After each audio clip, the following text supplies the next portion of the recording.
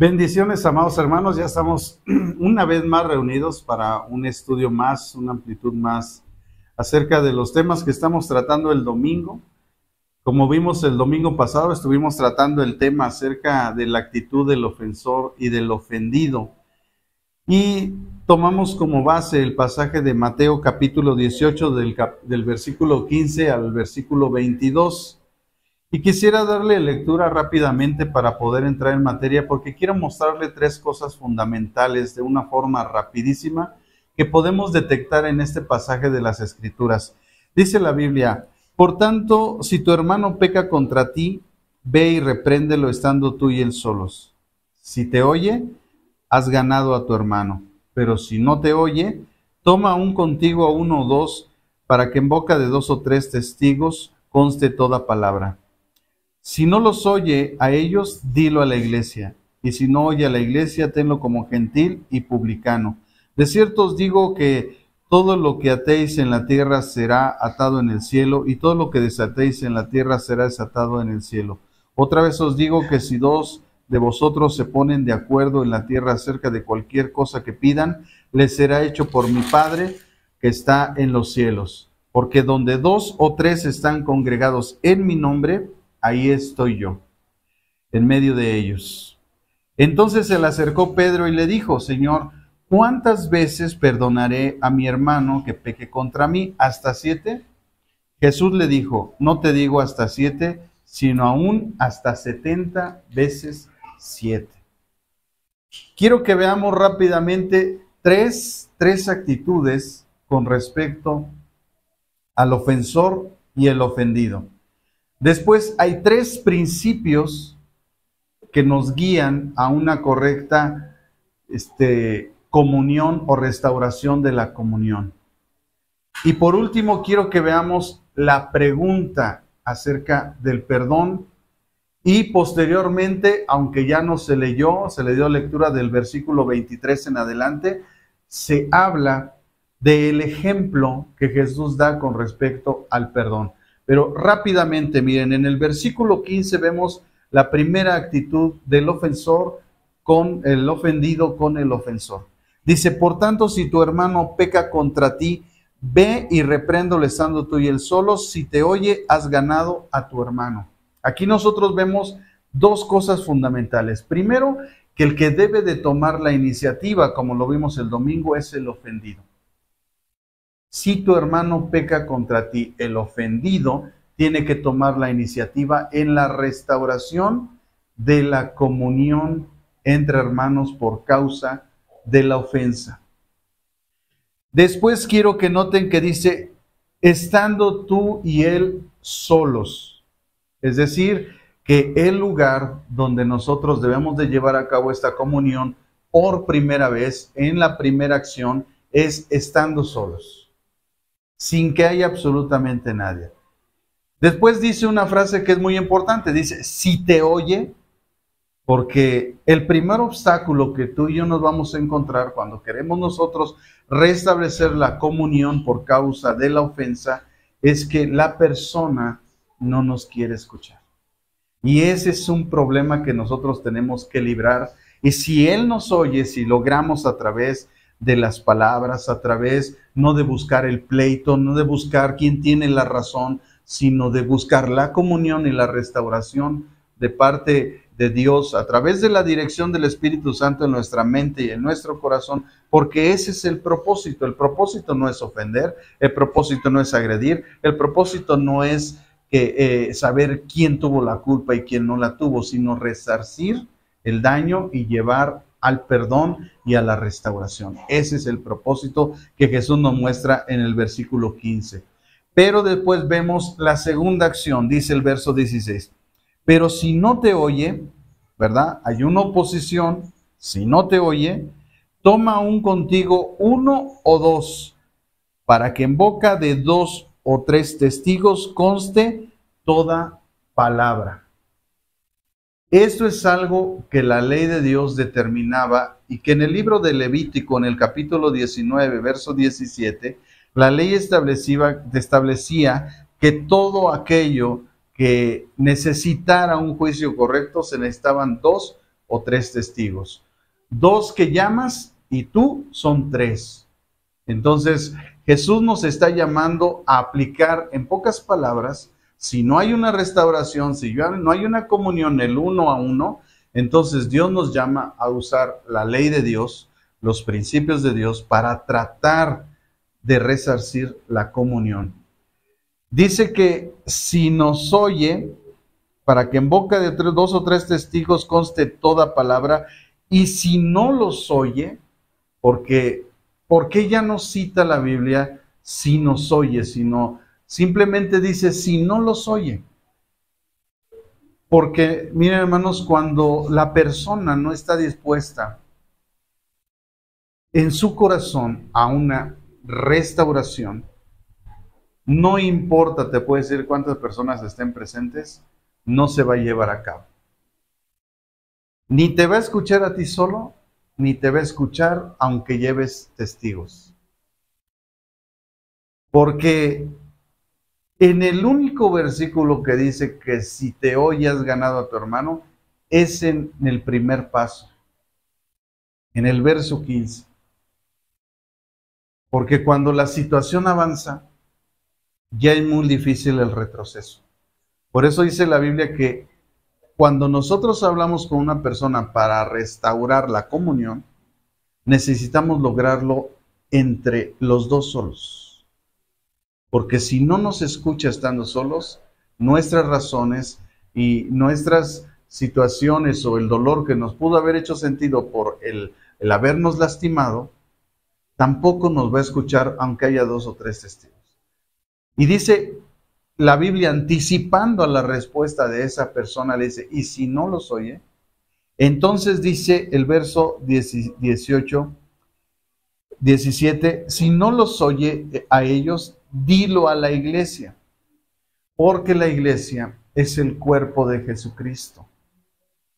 Si rechaza la comunión uno a uno, si rechaza la comunión habiendo testigos, por supuesto que va a rechazar a la congregación.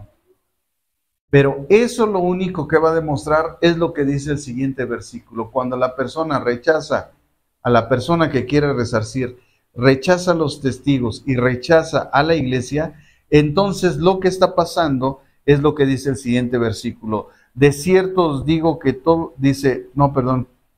si no oye a la iglesia, tenlo por gentil y publicano. ¿Por qué gentil?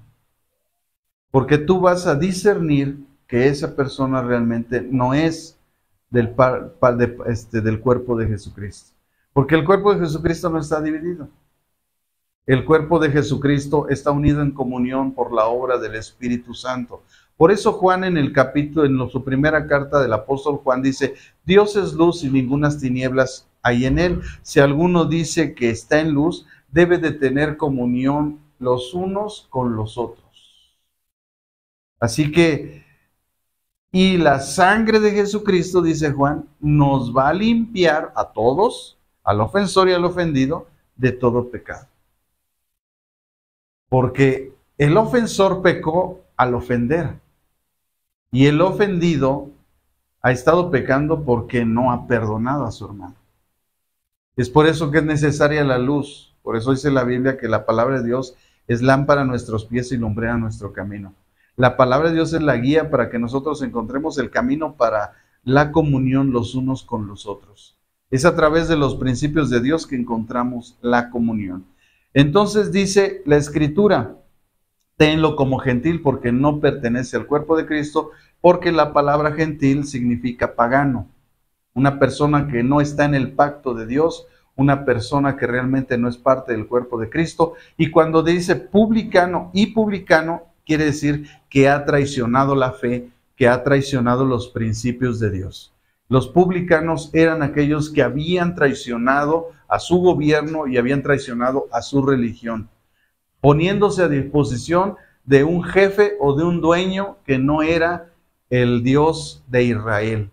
De la misma manera Jesús usa ese ejemplo para decir que esa persona no está siguiendo al Dios de Israel, sino a otro Dios, al Dios de este mundo, aquel que ha cegado el entendimiento de las personas para que la luz del Evangelio de Jesucristo no le resplandezca. Por tanto, dice la Escritura, de cierto os digo que todo lo que atéis en la tierra será atado en el cielo, y todo lo que desatéis en la tierra será desatado en el cielo. Esta frase es un dicho común entre los judíos. Este dicho común tenía como principio, cuando dice todo lo que atéis, se está diciendo que todo lo que determinemos justo y todo lo que determinemos correcto es lo que se va a tomar en cuenta. Y todo lo que determinemos no justo y todo lo que determinemos no incorrecto es lo que Dios, por eso dice que será atado en los cielos o desatado en el cielo, porque Dios está tomando la autoridad y está aceptando lo que la iglesia está determinando, porque recordemos que en el pasaje anterior se estaba hablando que la iglesia había desechado a la persona, no solamente el que había sido ofendido, ni los 3 testigos, sino que ya la iglesia lo había desechado, toda la iglesia. Eran formas de disciplina y de corrección en la iglesia que había en la antigüedad. Así que lo que se determinaba, Dios lo avalaba, porque la iglesia de Jesucristo está siendo guiada, controlada y siendo administrada por el Espíritu Santo de Dios. Y Él es el que lleva a las decisiones correctas a la iglesia. Por eso cuando Pedro llamó a los discípulos para suplir a Judas a través de Matías como el nuevo apóstol, ¿verdad? Que llevaría la encomienda de predicar el evangelio junto con los otros 11, Dios avaló eso que hicieron los discípulos, que en ese momento se había fundamentado la iglesia. Porque el Espíritu Santo que está en la iglesia, Él es el que toma la autoridad y pone en los corazones de las personas las decisiones correctas. Así pasa en las iglesias a nivel de los pastores, que ellos toman las decisiones bajo la oración y bajo la dirección del Espíritu Santo con respecto a las cuestiones que la iglesia está llevando a cabo. Y a eso es a lo que se refiere esta frase que dijo Jesús.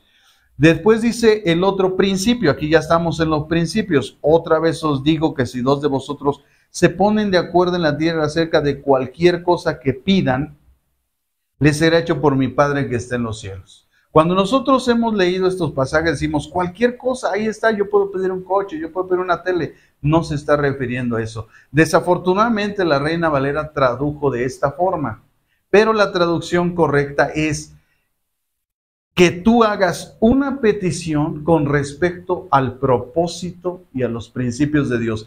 Y en el contexto se habla de la restauración, de la comunión entre el ofensor y el ofendido. Es decir, que si nosotros nos ponemos de acuerdo en cualquier cosa, ¿qué cosa? La restauración y la regeneración de la comunión. Entonces, como eso sí es del propósito de Dios, Dios avala esa comunión y esa restauración. No está diciendo que tú puedes pedir una televisión, un auto y Dios te lo va a conceder. Esa es una mala traducción y esa es una cosa que ha llevado a mucha gente a una mala interpretación y a veces desilusión, porque piensan que Dios es el mago de los sueños y no es así.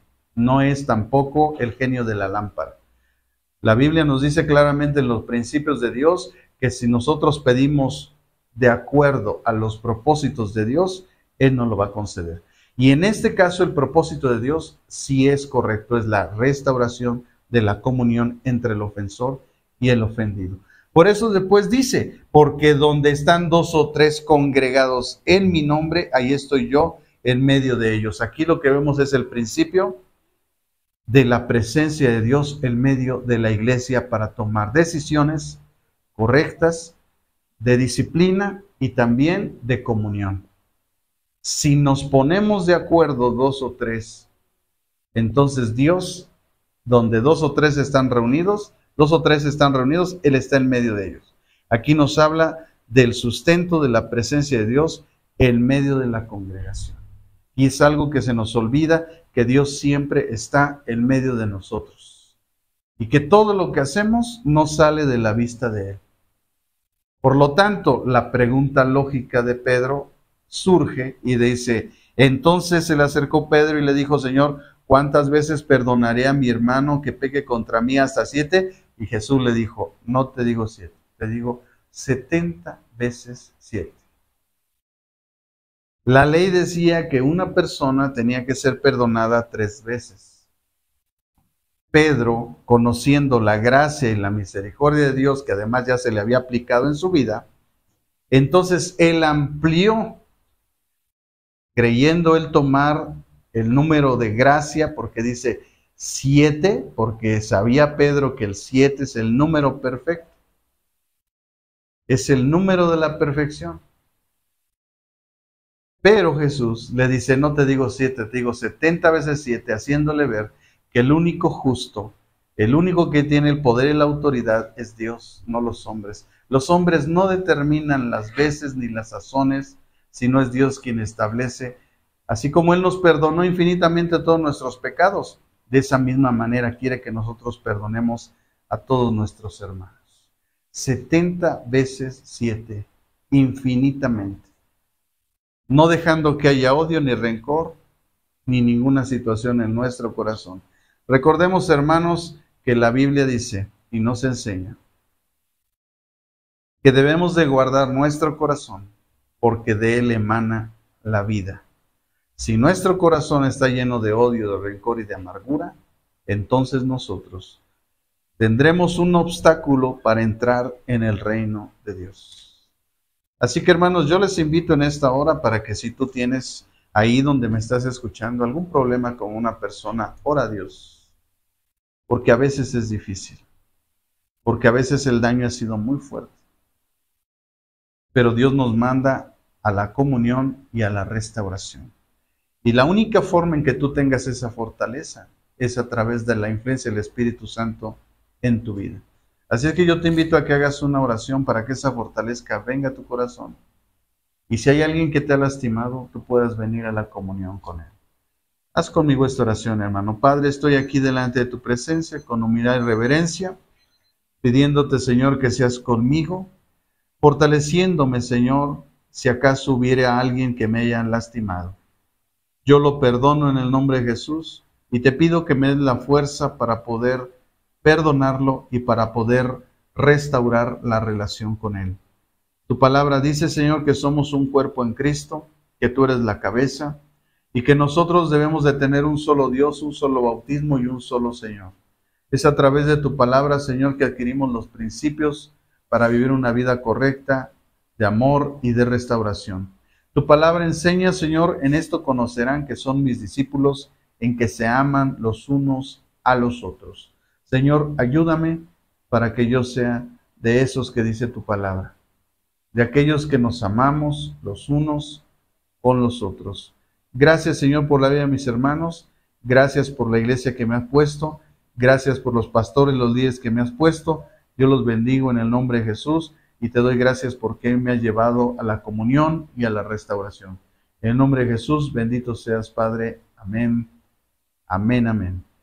Gracias, hermanos, que Dios los bendiga. Nos vemos la próxima semana. Bendiciones a todos ustedes.